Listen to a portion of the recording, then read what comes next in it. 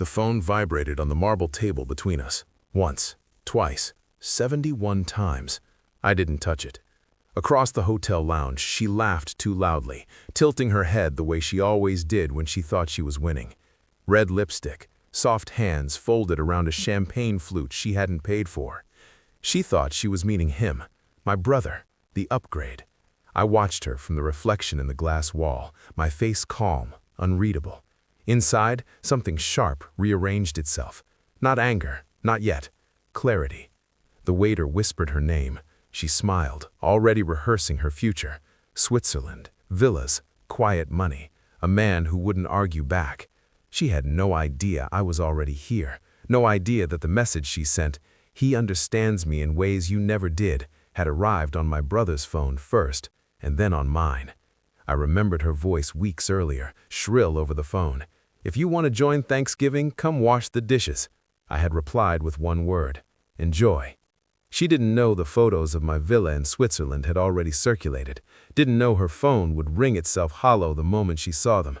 She stood, smoothed her dress, looked around for a man who wasn't coming.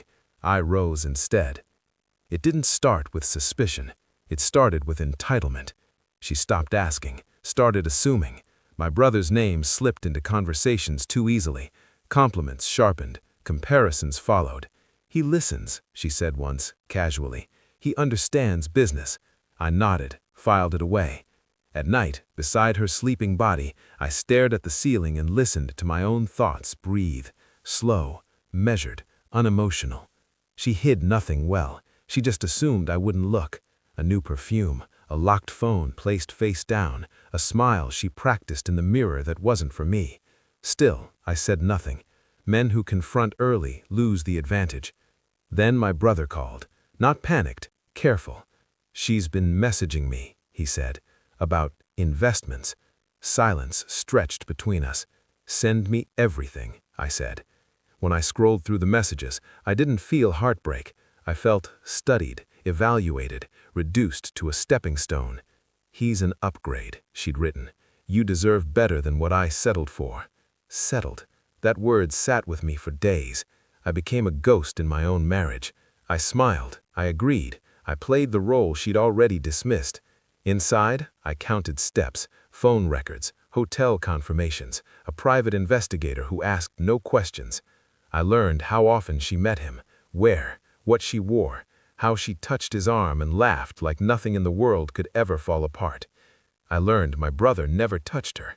That was the mistake she didn't expect. He told me everything. "I wanted you to hear it from me," he said, before she heard anything from us. Good. At home, I cooked dinner, washed the dishes she once weaponized. She watched me like I'd finally learned my place. At night, I forwarded her my villa photos. Nothing else. Her phone exploded. 71 missed calls. She didn't sleep. I did. At the hotel, I approached her table. Her smile froze. "You're early," she said. "I'm right on time." I sat, placed my phone between us, turned it so she could see the messages. Her messages, to my brother. Her hands trembled. "This isn't what it looks like," she whispered. I nodded slowly. "You're right," I said. "It's worse." She cried, not quietly, not convincingly. The performance cracked under the weight of certainty. "You planned a future that never included me," I said. "You counted money that wasn't yours. You mistook silence for ignorance." She reached for my hand. I withdrew, cold, measured, finished. My brother joined us then. Her face collapsed. He didn't sit, didn't speak much. "She thought you were an upgrade," I told him. He smiled, brief, professional. "I declined," he said. The truth hit her harder than any insult. She had gambled and lost both sides of the table. I stood, left cash on the table, more than enough. "At Thanksgiving," I said quietly, "the dishes will wash themselves." She sobbed as we walked away. I never looked back. The villa is quiet. Snow presses against the windows like a held breath.